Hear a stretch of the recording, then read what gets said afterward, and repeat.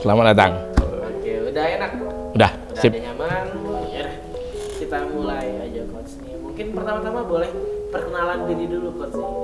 Nama lengkap gitu, nama alias boleh. Kalau nama lengkap di saya, Nusantara sebagai apa? oke.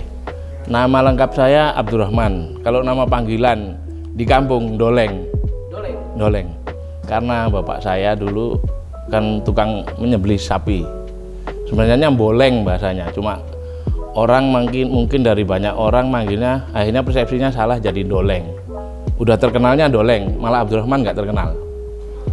Saya di Nusantara sebagai pelatih penjaga gawang. Oke, Coach Abdul atau yang biasa dikenal sebagai Doleng nih. Ya, Berarti di Nusantara itu melatih kiper itu gimana ini? melatih kiper ya seperti biasa. Intinya memaksimalkan penjaga gawang untuk mempersiapkan dia dalam pertandingan agar maksimal. Oke, coach. Tapi sebelum kita lebih lanjut, boleh cerita ke kita nggak sih, coach? Kenapa akhirnya suka sama bola gitu, berkecimpung di bola? Kenapa nggak senam ritmik gitu atau lempar lembing gitu? Karena saya rasa di kampung saya itu yang paling rame waktu itu sepak bola. Saya dari kecil nggak tahu sukanya seperti apa, nggak tahu. Yang penting saya waktu itu main bawa bola ke lapangan, cuma itu aja. Karena waktu itu saya udah di SD dikasih tahu sama guru saya, kamu terusin latihan main bolanya.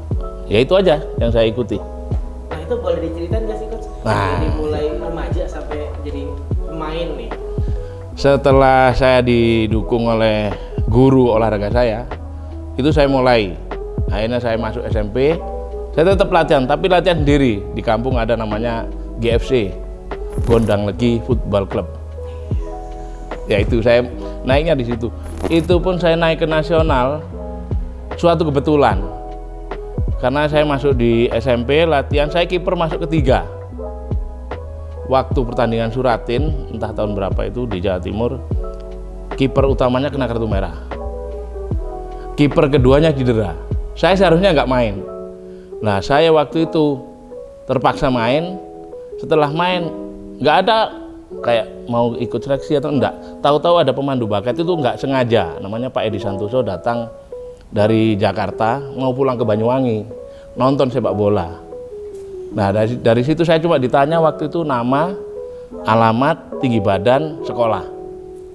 Sudah. Tahu-tahu pasnya tanggal 18 Agustus. Tanggal 17 itu ada surat datang, anak ini harus ikut seleksi ke Jakarta. Cuma itu aja. Itu usia berapa, coach? Usia nggak salah pokoknya 16 tahun. 16 tahun. Masih lucu-lucunya ya umur segitu. Lucu sekali mungkin. Nah itu berarti dari awalnya guru sekolah yang menyarankan coach untuk tekun di bola, terus kemudian ada ajang Piala Suratin ya? Ya, Suratin. Ingat gak klub apa yang pernah dibela, coach? Klub pertama yang saya bela Semen Padang. Setelah Piala Asia, kalau sekarang kan U19, kalau dulu kan Asian School. Itu saya juara di Jakarta, final lawan Cina. Tahu-tahu ada kayak pemandu bakat dari Semen Padang, saya ditawari. Diajak main ke sana. Ya udah saya berangkat. Setelah itu udah karir profesional coach berjalan terus. Alhamdulillah berjalan terus. Habis Semen Padang kemana lagi, coach? Habis Semen Padang kayak saya ke Mitra Surabaya. Mitra Surabaya. Iya. Ini ada cerita lucu. Wah, apa nih? Apa nih? Waktu saya di Semen Padang, itu kan saya 2 musim. Saya main terus. Saya pikir saya udah terkenal. Kan siaran langsung 8 kali kalau nggak salah. Saya main terus masuk TV. Pernah dapat TV juga. The Best Goalkeeper waktu Antv. Di wawancara Desi Ratnasari. Saya yakin udah setelah keluar dari Semen Padang karena kontrak nggak cocok, saya berangkat ke Jawa Timur. Saya pikir sudah terkenal di Jawa Timur. Ternyata satu pun orang nggak ada yang kenal saya. Nggak ada yang kenal saya sama sekali. Saya sampai nggak dapat klub waktu itu. Terakhir ada waktu itu Pak Suroso, ada tangan kanannya Abali, ada pemandu bakat yang suruh nyari kiper dari Kota Malang. Kebetulan saya pas lagi kongko di depan rumah nyantai, ada salah satu orang Abali namanya datang, saya, kamu belum dapat klub? Belum. Ikut saya, mau ikut. Akhirnya saya langsung masuk KSI, diajak internalnya Persebaya. Ya itu saya terus masuk Mitra Surabaya itu. Apa yang kemudian jadi apa ya dorongan coach nih udah main nih udah jadi pemain bola nih terus kenapa jadi lanjut nih jadi pelatih nggak Jadi kerjaan yang lain gitu. iya. Jadi pelatih pun saya itu suatu kebetulan, no. Oh, penuh kebetulan nih hidupnya Betul. Coach, ya? Jadi saya nggak ada niat mau jadi pelatih itu seperti apa karena saya inginnya waktu itu ingin keluar negeri. Setelah saya udah cedera, nggak ada pekerjaan lagi, saya berpikir kan, saya ingin keluar negeri. Setelah ingin keluar negeri itu prosesnya lama, akhirnya ada yang ngasih tahu, Kurniawan waktu itu, Kurniawan Julianto. Kamu ikut lisensi nanti. Tapi lisensinya AFC. Jangan sampai yang lokal dulu katanya. Nah pikiran saya AFC di Indonesia kan belum ada. Ya saya berangkat. Caranya apa? Jadi TKI. Pikiran saya nama-nama di luar negeri kan lebih bagus.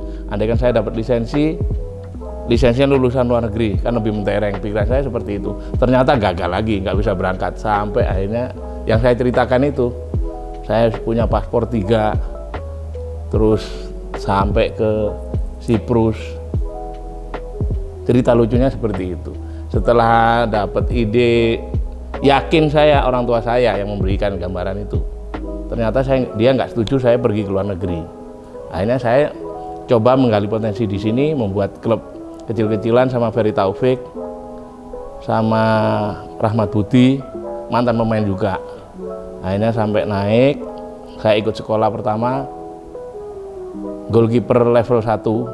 Itu sebenarnya bukan goalkeeper level 1, seharusnya kan harus level umum dulu, C dulu, baru level 1. Ternyata diadakan di Indonesia seperti itu. Ya udah saya ikut jalannya aja. Jadi ada jalan yang Ada jalannya. Dilakuin aja gitu ya. Coach, ya. Ini kita juga dapat sedikit info berapa ini? A5 apa ini ya? Nggak sampai A1 sih Coach ya. A5. Katanya nih Coach ini sempat kayak ada pengalaman yang mistis gitu kayak pernah ngerasa meninggal gitu. Oh itu setelah saya habis ngelatih di Wamena. Papua. Di Wamena Papua. Itu saya kena kencing batu 2015. 7 tahun lalu ya? Ya, kena kencing batu. Tapi saya udah nggak tahu kalau itu memang apa ya membuat akhirnya nanti seperti itu, nggak tahu. Cuma saya merasakan sakit di badan, terutama di punggung. Akhirnya dilihat, saya tiap kencing itu pasti keluar darah, kayak Fanta itu dulu. Saya nggak sengaja itu, tapi akhirnya kok sakit sekali, akhirnya keluar batu. Ah itu akhirnya saya check up. Ternyata di kanan kiri saya ada batunya. Terus setelah itu saya nggak bisa kencing. Di kanan itu ada 1,5 cm, yang di kiri 2 cm. Waktu mau check up kan saya pakai BPJS. Disuruh nunggu ngantri lama kan.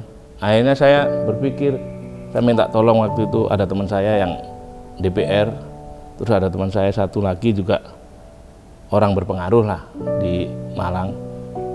Akhirnya alhamdulillah saya dapat jalan, suruh operasi. Di operasi saya pikir dibedah, enggak, ternyata dipakai apa itu? Pakai pistol masuk ke kemaluan itu, laser, ditembak. Lah setelah di laser waktu itu dokternya bilang, saya nggak tahu kalau di kanan kiri saya itu ada apa, kateter. Saya udah, dok, habis operasi saya bangun biasa, udah nggak apa-apa. Lepas besoknya saya pulang, dok, udah boleh, buat olahraga boleh. Saya pakai olahraga. Saya buat lari-lari, nggak apa-apa, memang saya fit. Tapi waktu siang sore itu agak jam 3-an, saya nggak bisa kencing. Akhirnya istri saya ngebel, suruh ke dokternya, suruh minum aqua yang banyak. Saya aqua itu habis 2 liter, yang 1,5 itu habis 2. Itu saya nggak bisa kencing. Sampai mau keluar, pokoknya tiap mau kencing itu saya berbarengan dengan berak. Itu udah keluar darah terus. Terakhir saya nggak bisa kencing sama ponakan saya disuruh istighfar. Maghrib saya nggak ingat apa-apa. Ingatnya saya udah, beritanya saya dirubah ke rumah sakit. Udah saya nggak tahu apa-apa, tahu-tahu nggak tahu, pokoknya 3 hari saya bangun. Saya dengar anak saya itu ngaji.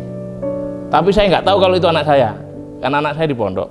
Cuma ada kayak kupu, seingat saya ada kayak kupu putih, tapi di tempat gelap. Tapi kayak tak lihat, tak mat-matin bukan kupu. Kayak suara orang itu mendayu-dayu, kayak manggil. Tahu-tahu langsung ke saya, nempel ke saya bangun. Begitu saya bangun, saya lihat istri saya, loh, Dek, ada orang menangis sih. Siapa sih ngaji kok mendayu-dayu, tak bilang kayak meratap-ratap.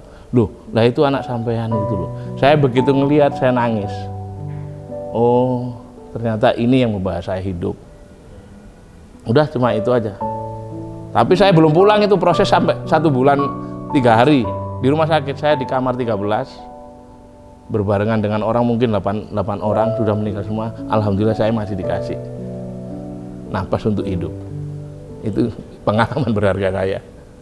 Yang akhirnya ya ini ya, kita bisa ngobrol bareng. Nah, bisa ngobrol aja. Kalau waktu itu ini nggak ketemu dong kita. Nggak ketemu.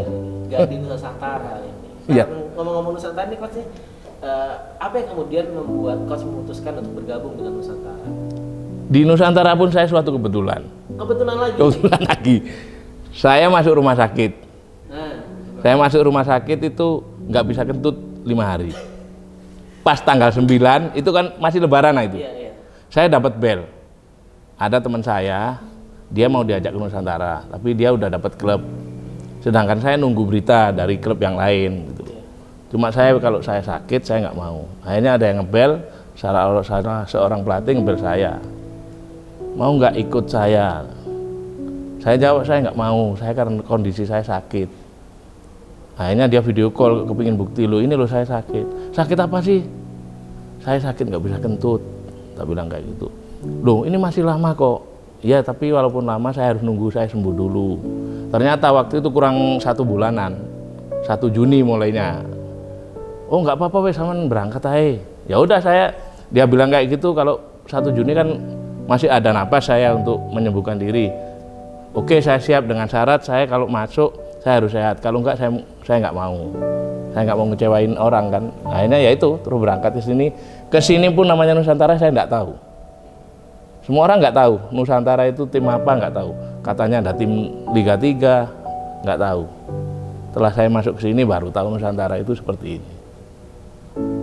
Nah, ini sekarang udah berapa bulan nih coach di Nusantara? Apa kesan pesan coach nih melatih di sini gitu, ketemu sama penggawa Nusantara dan juga ikut dalam kompetisi Liga 2 musim 2022-2023 ini? Yang saya lihat di Nusantara nomor 1 pertama kesatuannya seperti apa, saya pertama juga nggak tahu. Ada teman saya yang nanya Nusantara itu apa. Saya cuma berpikir realistis, Nusantara itu gabungan antara pulau-pulau seluruh Indonesia jadi satu, mungkin seperti itu. Setelah saya masuk di tim, di sini banyak aneka warna ke pribadi pemain, yang mulai dari Irian sampai Aceh, dari lengkap. Saya lihat mereka itu berbeda. Ternyata kesannya bisa bersatu dan sangat etika menjaga kebersamaannya itu tinggi. Itu yang saya kesan pertama. Kedua, mereka mau maju, didukung dengan orang-orang yang memang baru bergabung dengan sepak bola, dengan keinginan yang membangun sepak bola lebih baik lagi. Itu yang membuat saya ingin bersama Nusantara. Terima kasih. Tadi udah banyak kita dengar cerita coach dari mulai awal karir sampai kemudian bergabung di Nusantara. Nah, terakhir nih coach nih, ada yang mau disampaikan nggak sih coach, pesan terutama kepada penonton gini, terutama ini ya ke adik-adik yang pengen jadi pemain bola gitu, ada yang mau disampaikan nggak ke teman-teman penonton? Kalau ke adik-adik ya, nomor 1 disiplin dan semangat, itu aja.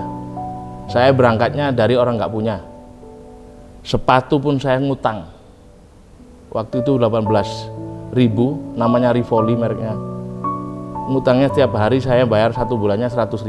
Saya kerja sebagai pembantu waktu itu, membantu orang jualan roti, toko. Saya digaji 100 rupiah itu. Yang penting semangat, punya keinginan tinggi. Untuk supporter kita harus istilahnya apa ya, sportif. Menang kalah itu adalah suatu permainan. Saya ngelihat kayak di Jawa Timur, mohon maaf, sedih karena tanah kelahiran saya. Saya tahu seperti apa fanatisme itu, tapi kita harus tetap berpikiran positif dan menggunakan akal sehat. Itu saja. Mungkin. Terima kasih. Terima kasih coach buat diskusinya. Yuk.